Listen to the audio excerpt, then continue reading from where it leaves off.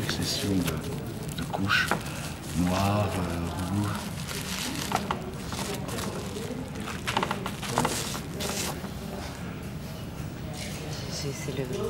C'est au toucher qu'on s'ennuie, je trouve. Oui.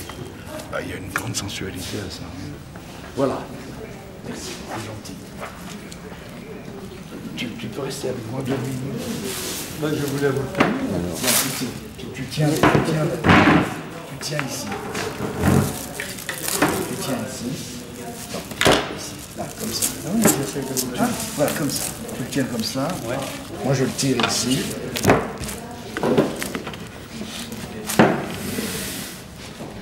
Et je vais demander à quelqu'un de tenir ici. Voilà. Vous tenez comme ça. Donc ça, c'est une première couche. Alors j'en mets une seconde. Et vous pouvez le tenir comme ça.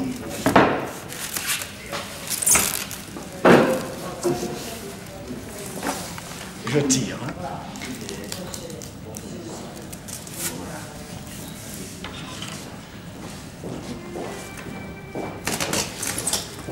Et maintenant, je libère. On libère. Regardez ce qui se passe derrière.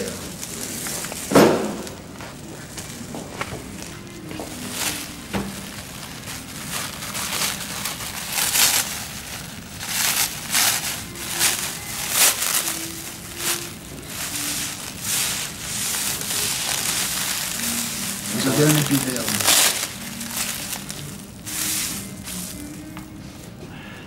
Sur cet épiderme, vous avez, si vous examinez bien,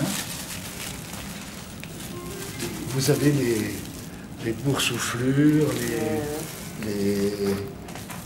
les rétractions qui m'amènent au travail que je fais.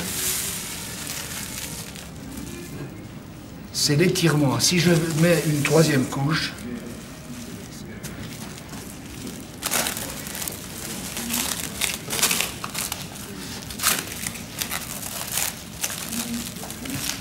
ça va être plus fort encore.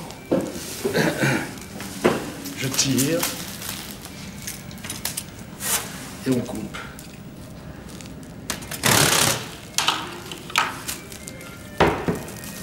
On lâche.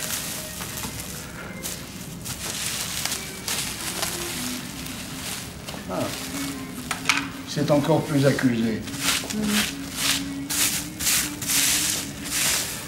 Vous renversez de la couleur là-dessus. Et vous mettez un drap mouillé dessus. Et le lendemain, vous avez une œuvre. Elle a la même qualité que ce que vous avez ici. Mais voilà. Mais c'est un univers d'expression passionnant. Tout mon travail de ces 20 dernières années tourne autour de ça. Ce que j'ai raté au début, vous avez dit depuis quand vous travaillez? Pardon? Vous avez dit depuis quand vous travaillez classique? 20 ans? 20 ans, oui, depuis plus de 20 ans. Vous étiez là quand j'ai parlé de... Pardon? J'ai raté l'anecdote ou l'événement inaugural. Bon, l'événement, c'est... Je vais le rappeler à nouveau rapidement. L'événement, c'est que mon marchand, Gérard Lobby, m'avait demandé un drap à suspendre au-dessus de sa piscine. D'accord? Un drap. Pour faire un drap, pour peindre un drap, suivant ma technique, enfin suivant ma technique d'expression de l'époque, il fallait que je travaille ce drap libre, parce que le drap devait remuer dans le vent, donc il ne pouvait pas être prisonnier par un châssis, il ne pouvait pas être entoilé, il ne pouvait pas être... Donc il devait être libre. Donc j'ai mis ce drap sur un grand support en bois, une grande plaque de bois, et pour éviter que le drap ne soit intégré dans les fibres du bois, il fallait mettre un plastique.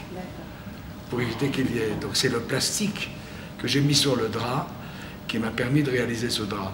Mais quand j'ai fait mon drap, quand j'ai peint, les couches se sont mises les unes sur les autres, sans que je sache ce qui se passait derrière. Or, le drap était là-dessus, la peinture passait au travers des trames du tissu, et se coagulait et séchait et entrait dans tous les cadeaux, dans tous les ports, dans toutes les configurations de la matrice. Mais ça, je ne pouvais pas le savoir, puisque le drap était sur mon travail. Donc j'ai travaillé. Quand j'ai arraché l'un à l'autre, ce qui se passait derrière était très supérieur à ce qui se passait devant. Donc ce que je n'avais pas voulu, ce qui était dû essentiellement au hasard, était meilleur que ce que j'avais voulu. Donc au-delà de la leçon de modestie que ça impose, c'est toute la force de frappe du hasard qui joue là. Bon, ce hasard maintenant a été réduit avec le temps et la maîtrise que j'obtiens avec cette technique d'expression, a été réduite, mais elle joue toujours un rôle. Hein. Le hasard joue toujours, l'impondérable joue toujours un rôle très important. Mais l'impondérable a toujours joué un rôle très important. Vous posez une question. Je vous en prie. Bon, comment faites-vous pour rester jeune? Parce qu'on m'a dit votre âge, j'ai été complètement éveillé. 86 ans. J'ai 86 ans, oui. Comment c'est possible? Comment t'expliquer ça? Comment expliquer cette jeunesse éternelle? 86 ans. C'est incroyable, ça. Bon, oui, c'est probablement dû à... Alors que j'ai passé des périodes dans ma vie, notamment pendant la guerre. J'étais pendant 2 ans en camp de disciplinaire. Oui, tu peux rentrer avec ça, oui, en camp disciplinaire. Emprisonné, donc. Oui. Que j'ai beaucoup souffert de la faim et que j'ai été, après la guerre, atteint de tuberculose grave. Vous aviez quel âge à ce moment-là? À ce moment-là, j'avais 16 ans. Après 16 ans. J'avais 15 ans à la fin de la guerre. Oui, mais donc j'ai eu toute une série de problèmes physiques. Mais oui, j'ai 86 ans. Et comment avez-vous réussi à sortir de ce camp? Parce que vous êtes un miraculé. Je me suis évadé, mais c'était un camp à Paris. Hein. J'ai failli être déporté et je n'ai pas été parce que je me suis évadé. Et vous saviez que ces camps, les gens qui étaient dans ces camps étaient destinés à la mort, finalement. Vous le saviez? Personne ne le savait à l'époque. On se doutait. Mais en 42, 43, il n'y avait pas encore le retour des survivants. Ça, c'est en 45 que le drame a pris sa dimension rétrospective. Mais on savait vers la fin de la guerre qu'il y avait des camps de concentration et des camps de mise à mort des juifs, des prisonniers russes, des gitans. Et comment avez-vous fait pour vous évader? Mais je me suis évadé de cette école, entre guillemets école, de redressement, qui était destinée aux juifs délinquants, puisqu'on m'avait mis dans ce camp. Et je n'ai échappé à ce destin que parce que j'ai commencé à être atteint par la tuberculose à ce moment-là. Et j'ai eu ma première pleurésie qui a mal tourné après. Et l'un des infirmiers a voulu me violer. Je lui ai cassé une chaise sur la tête. Et en hurlant, il m'a dit il a révélé que j'étais sur la liste de ceux qui allaient partir. Voilà, alors je me suis enfui par le toit avec 2 de mes copains et on est resté 2 jours sur ce toit et on a échappé, on est passé au travers des mailles du filet à ce moment-là. Vous êtes un miraculé, on peut le dire. Comme j'ai échappé, comme un certain nombre de personnes ont échappé, ont eu la chance d'échapper à tout ça, oui. Il y a toujours un phénomène de miraculeux, c'est le hasard, encore une fois l'impondérable et la configuration des choses qui fait que... mais beaucoup n'ont pas échappé, comme vous savez. Vous êtes venu après? Pardon? Non, je vous en prie. Vous êtes venu après en Belgique? Juste après? Non, pas du tout. J'ai été... donc je suis français, parisien. Pendant la guerre, j'étais à Paris. dans l'immédiate après-guerre, je suis resté à Paris quelques années, puis je me suis installé à Bruxelles à l'occasion de mon mariage avec ma femme qui était belge. Et la vie à Bruxelles à l'époque était infiniment meilleure que celle. Il n'y avait pas de problème de logement, il n'y avait pas de problème d'espace. La vie en Belgique était de loin très très au-dessus de la moyenne de ce qu'on vivait en France ou ailleurs. La Belgique était un pays merveilleux. Elle reste un pays merveilleux, mais qu'est-ce que pensez-vous? Il a été rattrapé, et ô combien, par toutes les grandes capitales autour de nous. Mais à l'époque, c'était comme ça. Et donc je suis resté à Bruxelles depuis lors. Je n'ai pas quitté Bruxelles. Que pensez-vous de tout ce qui se passe aujourd'hui, notamment avec la résurgence des nationalismes? Je n'en suis pas surpris. Je n'en suis pas surpris. C'est la résultante de la manipulation dont certaines masses sont l'objet de la part des xénophobes, de la part des racistes qui entretiennent. Un des rôles de l'artiste aujourd'hui serait de réveiller les consciences à ce niveau-là?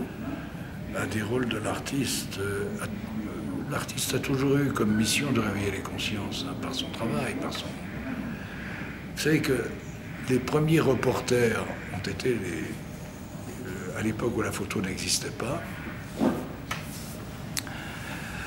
les premiers reporters ont été les peintres. Goya, avec ses eaux-fortes sur les désastres de la guerre et sur les horreurs de la guerre, a été le premier photographe réaliste des horreurs de la guerre. C'est Goya et combien d'autres. Donc le seul moyen d'expression qui était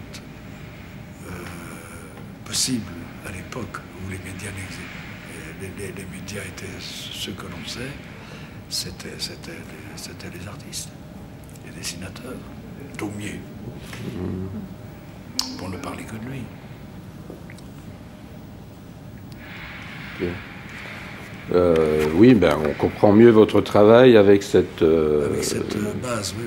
Cette base, donc c'est une espèce de rituel. Chaque fois que vous faites un travail, c'est une façon de... Mais vous venez de prononcer un mot qui est un mot tout à fait basique pour moi.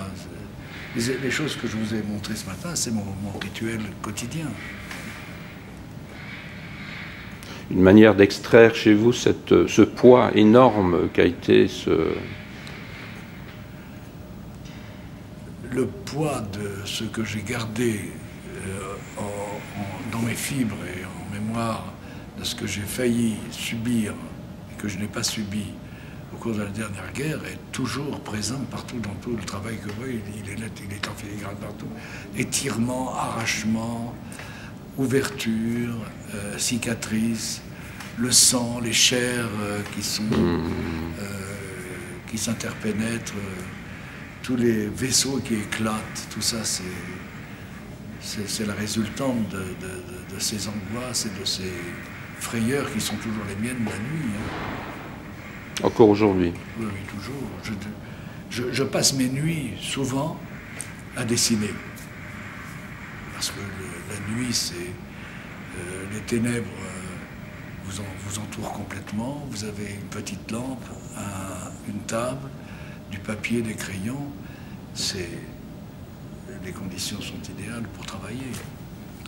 Vous êtes en face de vous-même, en face de vos projections et de vos cauchemars. Tous les dessins que j'ai exposés sur la Shoah, tous les dessins que j'ai faits et qui ont été exposés au musée juif il y a quelques années viennent de là. Et je continue à travailler la nuit.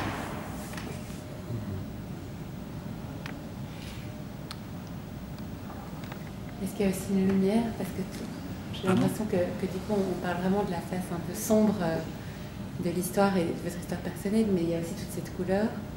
Est-ce qu'il y a un versant un peu plus positif ou lumineux? Oui, Ou bien, oui, il y a un versant. Il y a un versant. Bon, j'ai toujours fait côtoyer dans mon travail la part d'ombre à côté de la part de lumière, c'est normal. Donc la part d'ombre, c'est celle que j'évoque avec les désastres et les horreurs que l'homme inflige à l'homme, mais il y a ma part de lumière qui est celle des femmes qui se sont succédées dans ma vie, qui ont été chacune d'elles un amour important, et les enfants que j'en ai eus, et mes deux grands-fils qui seront là tout à l'heure, et l'amour qui joue toujours un rôle très important dans ma vie. Figurez-vous que j'ai une femme qui a 32 ans de moins que moi, et c'est peut-être elle qui est responsable de la jeunesse que vous évoquiez tout à l'heure.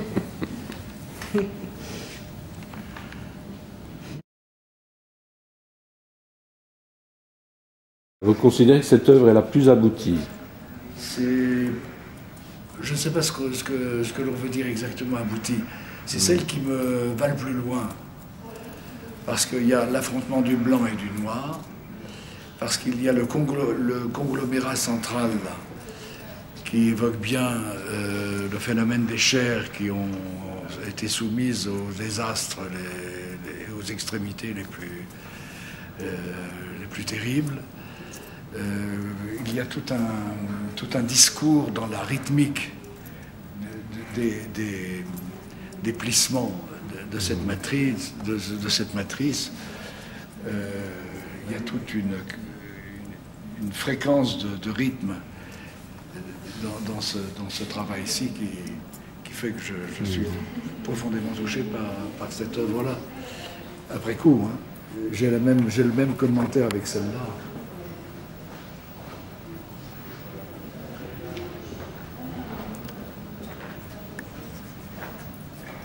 Il y a l'explosion des déchirures et des éclatements de la base, avec le miroitement de ce rouge sur fond noir, qui traduit bien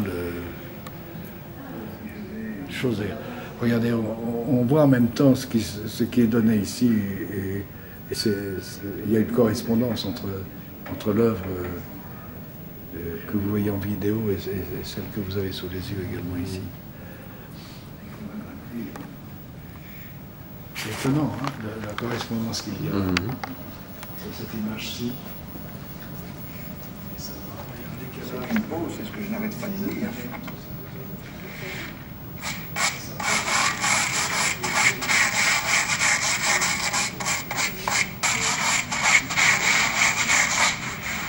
On ne garde sur le drap que ce qui tient vraiment.